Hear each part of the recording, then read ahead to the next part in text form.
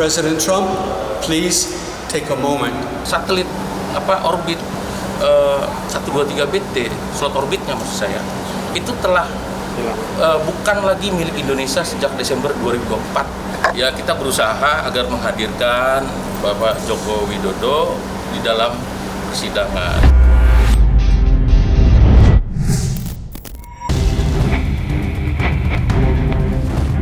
Kasus dugaan proyek strategis pengadaan satelit slot orbit 123 derajat bujur timur pada Kementerian Pertahanan tahun 2012 hingga 2021 belakangan ini kembali menarik perhatian publik. Bagaimana tidak, dalam sidang lanjutan yang digelar di Pengadilan Militer Tinggi 2 Jakarta yang beragendakan pemeriksaan saksi warga negara Amerika Serikat bernama Thomas Anthony van der Heyden. Thomas yang pernah menjadi penasihat teknis dalam proyek satelit Kementerian Pertahanan itu, kini duduk sebagai terdakwa dalam perkara yang berpusat pada pengadaan satelit komunikasi pertahanan dan pengelolaan slot orbit 123 derajat bujur timur. Di hadapan majelis hakim, Thomas bahkan meminta perhatian Presiden Amerika Serikat Donald Trump terhadap perkara yang menurutnya berawal dari upaya membantu Indonesia mempertahankan aset strategis negara. Menilik kembali ke belakang, kasus ini berakar pada upaya penyelamatan slot orbit 123 derajat bujur timur yang terancam hilang setelah satelit yang menempatinya tidak lagi beroperasi. Pemerintah pada saat itu, dalam hal ini Joko Widodo selaku presiden, disebut-sebut berupaya mempertahankan hak Indonesia atas posisi orbit tersebut melalui sejumlah kerjasama dan kontrak dengan pihak swasta maupun perusahaan asing. Namun dalam perjalanannya, proyek itu memicu sengketa, gugatan arbitrase internasional hingga berujung pada perkara pidana korupsi. Jaksa menilai terdapat pelanggaran prosedur dan kerugian negara dalam proses pengadaan, sementara pihak terdakwa berpendapat langkah yang diambil merupakan bagian dari tugas penyelamatan aset strategis nasional. Perdebatan utama dalam persidangan tidak hanya menyangkut aspek teknis satelit, melainkan juga soal konstruksi hukum perkara. Tim kuasa hukum terdakwa berulang kali menyatakan sengketa yang terjadi semestinya berada dalam ranah perdata karena berkaitan dengan kewajiban kontraktual dan putusan arbitrase internasional. Mereka menyoroti keterangan sejumlah saksi yang menurut mereka tidak menunjukkan adanya kerugian negara yang telah benar-benar dibayarkan. Di sisi lain, penuntut tetap berpegang pada dugaan adanya perbuatan melawan hukum yang menimbulkan kerugian bagi negara dan kewajiban finansial dalam jumlah besar. Somebody should pay, but I'm not saying who. But I do have a request for me personally. President Trump, I've been here 5 years in prison because when Indonesia asked me to help, I helped. That's it. It was simple. Yes, I've been in satellites a long time and I can speak satellite very well. But they had a problem because Indonesia's got 18,000 islands. They need satellites. No satellites, it hurts the whole country. So I stayed to help. But they needed a scapegoat, and that's me. So President Trump, please take a moment. The case that we're in, like some of the previous cases, have nothing to do with technology, nothing to do with satellites. People screwed up and they're trying to cover themselves. I don't know how to say that in Indonesian. Basically, people made mistakes and now they're looking for scapegoats, okay? That's what this is all about.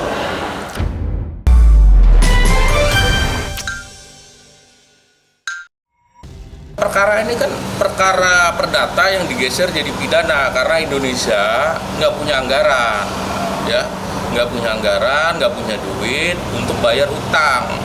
Itu yang bisa saya sampaikan pertama. Yang kedua, faktanya selain Indonesia nggak punya anggaran, Indonesia ya melalui Kejagung itu melihat bahwa perkara ini karena kita nggak punya anggaran untuk membayar hutang ke Navajo, digeser ya. Padahal di situ ada Jamdatun yang dibilang rekan saya, digeser ke pidana. Ya, kenapa digeser pidana? Biar kita nggak bayar ya. Lalu setelah digeser itu ke pidana, muncullah istilah yang saya uraikan, scapegoat, ya, kambing hitam. Nah, kambing hitamnya itu dicari yang ada meterainya, muncul namanya Pak Leonardi. Malah sebaliknya, negara ini ya beruntung atau dapat saya bahasakan begini, harusnya bersyukur ada orang jujur seperti Pak Leonardi ya yang dalam mengabdi 36 tahun tidak ada kerugian negara, dia juga tidak ada menerima uang dalam perkara ini, tapi dituduh merugikan negara 306 miliar. Faktanya negara belum bayar. Jadi kerugian-kerugian yang disampaikan oleh teman-teman Kejagung itu kerugian yang bersifat potensial loss. Itu pun tidak diakui sebagai kerugian, tidak diakui sebagai hutang. Lalu itu apa? Ya, saya bilang tadi, ini perkara perdata yang digeser ke pidana karena kita nggak punya anggaran. Akui saja, kalau itu perkara perdata, kita cari solusinya. Seperti diketahui, kasus dugaan proyek strategis pengadaan satelit slot orbit 123 derajat bujur timur pada Kementerian Pertahanan tahun 2012 hingga 2021 menyeret 3 nama yang kini ditetapkan menjadi terdakwa. 2 dari unsur TNI, yakni Laksamana Muda TNI Purnawirawan Leonardi dan Laksamana Pertama Purnawirawan Aris Rudianto. Sementara 1 dari unsur sipil, Thomas Anthony van der Heyden. Menanggapi tuduhan majelis hakim atas dugaan kerugian negara yang mencapai ratusan miliar, pihak kuasa hukum Leonardi menilai dakwaan yang diajukan penuntut tidak didukung fakta persidangan yang cukup kuat. Menurut mereka, seluruh saksi yang telah diperiksa di persidangan tidak ada yang menyatakan negara telah melakukan pembayaran atas kewajiban yang menjadi dasar perhitungan kerugian negara. Atas dasar fakta persidangan itu, tim hukum Leonardi menuding perkara tersebut dipaksakan masuk ke ranah pidana. Dalam argumentasinya, kuasa hukum juga menyoroti tidak adanya saksi yang secara tegas menerangkan bahwa negara telah mengalami kerugian nyata akibat pembayaran yang sudah dilakukan. Menurut mereka, yang terungkap dalam persidangan justru adanya klaim atau pengakuan kerugian dari pihak tertentu yang belum berujung pada pembayaran oleh negara. Atas dasar itu, pihak terdakwa berpendapat sengketa yang terjadi lebih tepat dipandang sebagai persoalan keperdataan daripada tindak pidana korupsi. Ya, fakta persidangan kan semua saksi yang diperiksa tidak ada satupun yang mengatakan bahwa negara sudah bayar. Ya, yang ada orang mengaku ya negara rugi. Ruginya di mana? Ditanya nggak bisa jawab. Ya, jadi ini perkara, kalau saya bilang ini perkara yang dipaksakan. Ya. Kejagung ini memaksakan perkara ini menjadi perkara pidana. Ya, terbukti bahwa perkara ini sudah bergulir, tidak ada satupun saksi yang dihadirkan ya yang mengatakan bahwa adanya kerugian negara. Itu yang pertama. Yang kedua, tidak ada satupun saksi yang mengatakan bahwa klien kami Pak Leonardi melakukan penyalahgunaan wewenang ya, atau dapat dikatakan misalnya gini, ada saksi yang mengatakan bahwa ada terdakwa melakukan perbuatan melawan hukum. Faktanya nggak begitu. Ya, semua saksi yang dihadirkan tidak ada satupun yang mengatakan bahwa negara ini sudah bayar. Yang benar ngaku rugi tapi belum bayar. Ini fakta. Jamdatun ternyata di koordinatornya dalam perkara ini, yang artinya diketahui bahwa ini adalah perkara perdata. Kemudian kenapa Pak Leonardi saat ini menjadi tersangka? Itu pertanyaan besar bagi kami. Bergeser menjadi perkara pidana, perkara korupsi. Dan kami mohon dukungan dari masyarakat, mohon bantuan doa agar Pak Leo benar-benar mendapatkan keadilan yang seadil-adilnya. Merasa tidak memperoleh keadilan, tim kuasa hukum terdakwa terus berupaya menghadirkan fakta-fakta yang dianggap dapat meringankan kliennya. Mereka mengklaim seluruh saksi yang telah diperiksa di persidangan tidak pernah menyatakan adanya kerugian negara yang telah benar-benar terjadi. Atas dasar itu, pihak pembela berpendapat konstruksi perkara yang dibangun penuntut masih menyisakan banyak pertanyaan yang syarat dengan kejanggalan dan terkesan dipaksakan. Dalam upaya memperkuat pembelaannya, tim kuasa hukum bahkan mengaku telah bertandang ke Solo menemui Presiden ke-7 RI Joko Widodo di kediamannya. Mereka berharap mantan kepala negara tersebut bersedia memberikan keterangan sebagai saksi yang meringankan, mengingat proyek penyelamatan slot orbit 123 derajat bujur timur disebut berkaitan dengan kebijakan strategis pemerintah pada saat itu. Menurutnya, kehadiran Jokowi di persidangan dinilai penting untuk menjelaskan latar belakang pengambilan keputusan yang kini berujung pada proses hukum. Terlebih, Leonardi merupakan bawahan Jokowi di KSP, dan pengambilan keputusan merupakan perintah langsung dari Jokowi pada saat rapat di istana untuk menyelamatkan aset negara. Selain Jokowi, tim hukum juga menyinggung Jenderal TNI Purnawirawan Riamizar Riacudu yang belum lama ini meninggal. Menurutnya, kedua nama tokoh itu saksi kunci atas kasus tersebut. Kami datang ke sini meminta, memohon juga, ini dengan santun kita datang ke sini. Berharap Bapak Presiden ke-7 Joko Widodo bisa hadir dalam persidangan, sekitar bulan Juni lah atau pertengahan, dari pihak kami. Dan kami berharap ada respon dari beliau, karena Pak Leonardi ini adalah bawahan beliau dulu di KSP. Orang jujur yang dituduh atau dijadikan kambing hitam. Scapegoat-nya itu Pak Leonardi. Makanya kami ke sini. Nggak tambah sebab kami ke sini. Pastinya punya dasar, punya fakta-fakta. Dan Bapak Presiden ke-7 Joko Widodo itu namanya sering disebut-sebut di pengadilan. Dan tentu kan hal yang lumrah, wajar atau logis secara hukum kami datang ke sini. Kami tidak ada tujuan lain di sini, kami hanya pengen agar fakta itu bisa terungkap di muka sidang. Ini upaya-upaya kami agar kebenaran itu bisa diungkap juga di muka persidangan, tidak lain dan tidak bukan sebagaimana juga Pak Jokowi juga dalam hal ini sekarang ini sudah menjadi warga negara. Wajar kami memohon ke beliau untuk mengungkap fakta itu, bahwa perintah penyelamatan itu pada saat itu adalah perintah Pak Jokowi. Kami nggak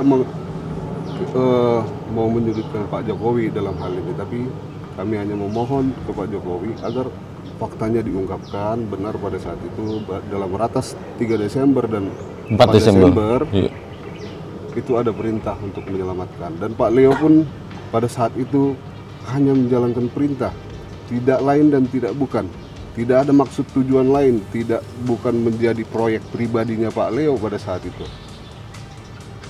Pak Leo hanya menjalankan perintah, membuat kontrak, yang mana kontrak itu sangat dibutuhkan saat itu.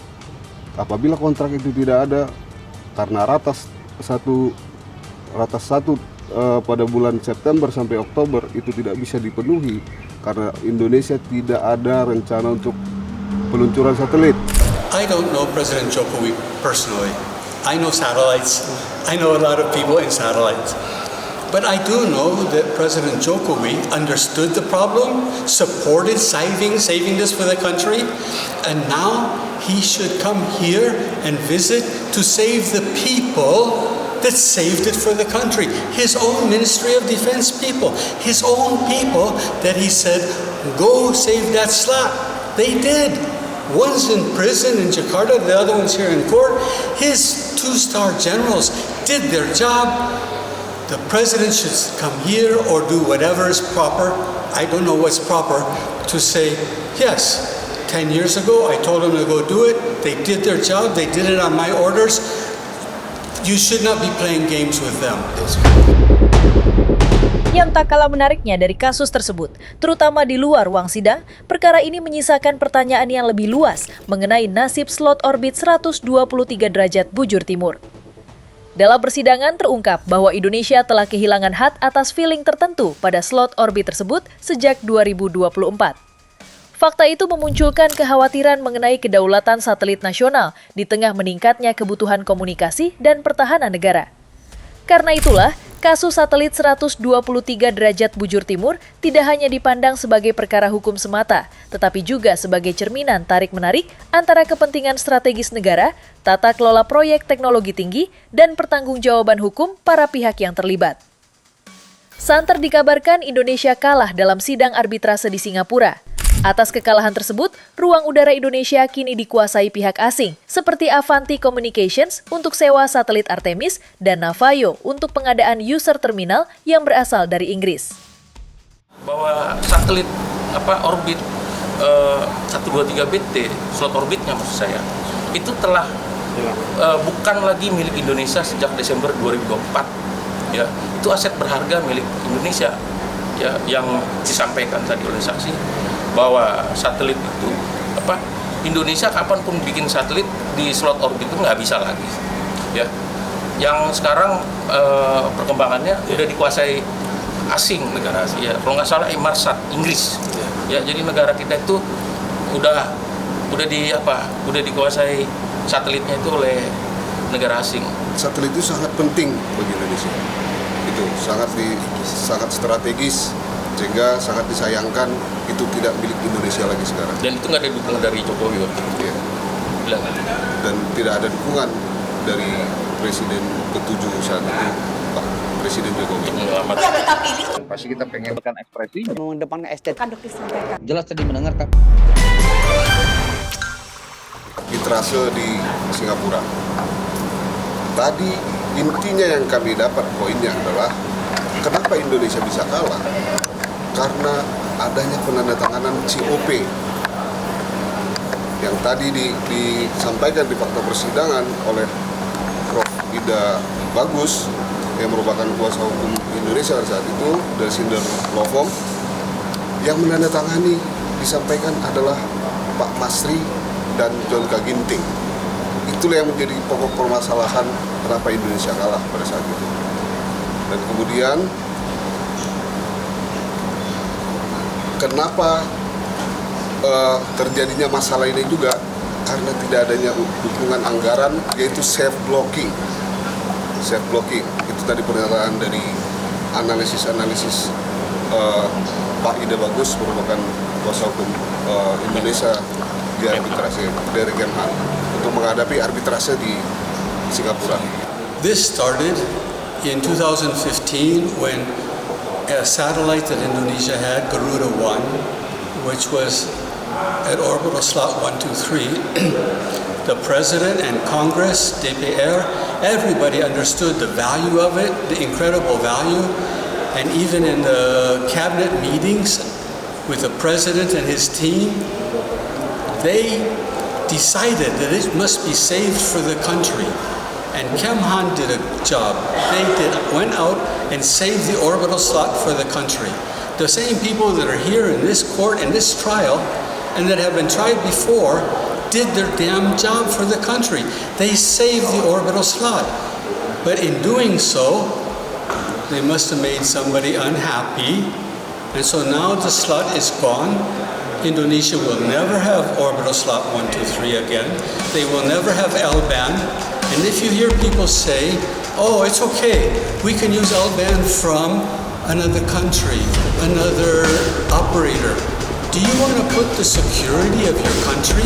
Do you want to put your national, your life, your spirit, your security? Do you want to put all of your communications on somebody else's satellite that can monitor you or can turn you off?